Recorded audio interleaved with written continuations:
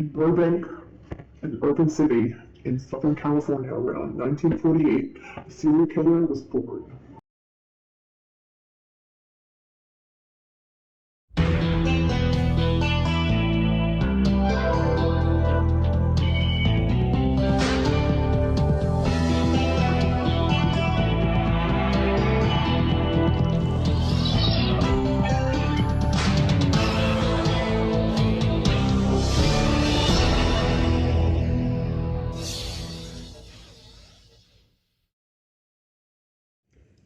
Ed Kemper was not your average kid.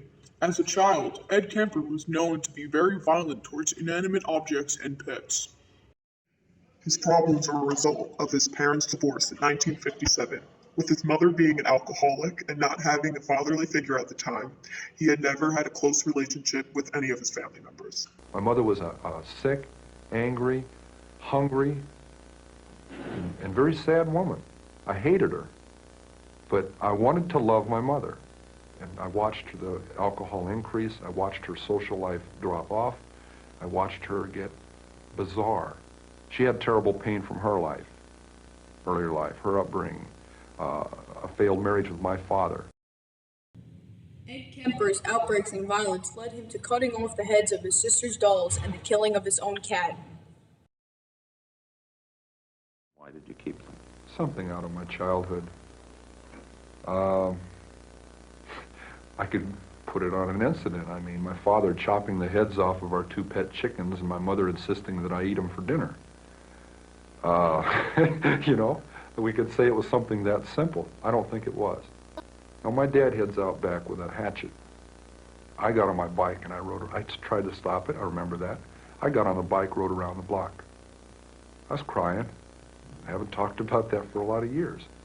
I'm sure that may have implemented something, that may have gotten something rolling, but along fantasy lines, but it took a lot of years of development along those lines to really get off. His mother locked him in their basement to prevent him from hurting his sisters. He was feared by his whole family. Ed's insanity led to imaginations of killing his mother, and his behaviors worsened. Failing to send Kemper to his father's house, his mother would ultimately end up sending him to his grandparents. And on top of that, his mother would always criticize him.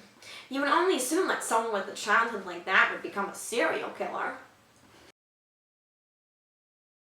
Ed Kemper committed his first crime when he was only 15, when he murdered his grandparents.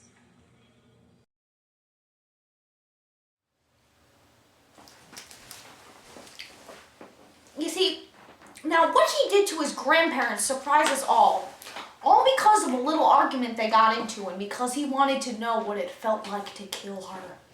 This small act of aggression led him to shooting his grandmother, and Kemper thought that the only reasonable thing to do was to kill his grandfather as well, so he wouldn't be mad at him. After this occurrence, Ed Kemper was admitted to the Atascadero State Hospital for the criminally insane.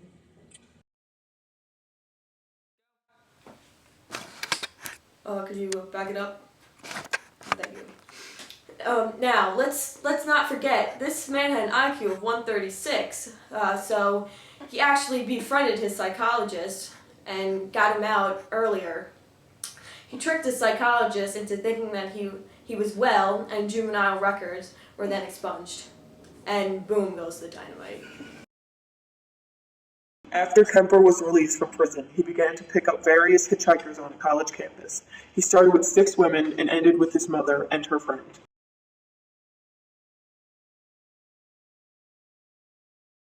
Since Kemper's mother worked at a college campus, he had a campus parking sticker which allowed him to drive around. After picking up the women, he would kill them in a secluded area, proceed to rape their severed heads, and then dissect their bodies. His first 2 victims were Mary Ann Pesk and Anita Luchessa. Ed Kemper's other victims included 3 other college students and 1 high school student. His last victims were his mother and her friend. So, can you tell us how many people might be doing crimes like you're doing? It would be a guess, but it's not. It's far more than 35. Are there more people? They didn't give up. What people see? A nice guy.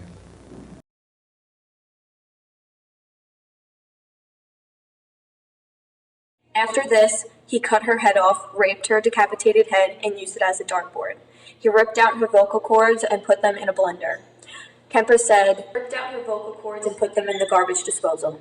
Kemper stated, that seemed appropriate as much as she bitched and screamed and yelled at me over so many years.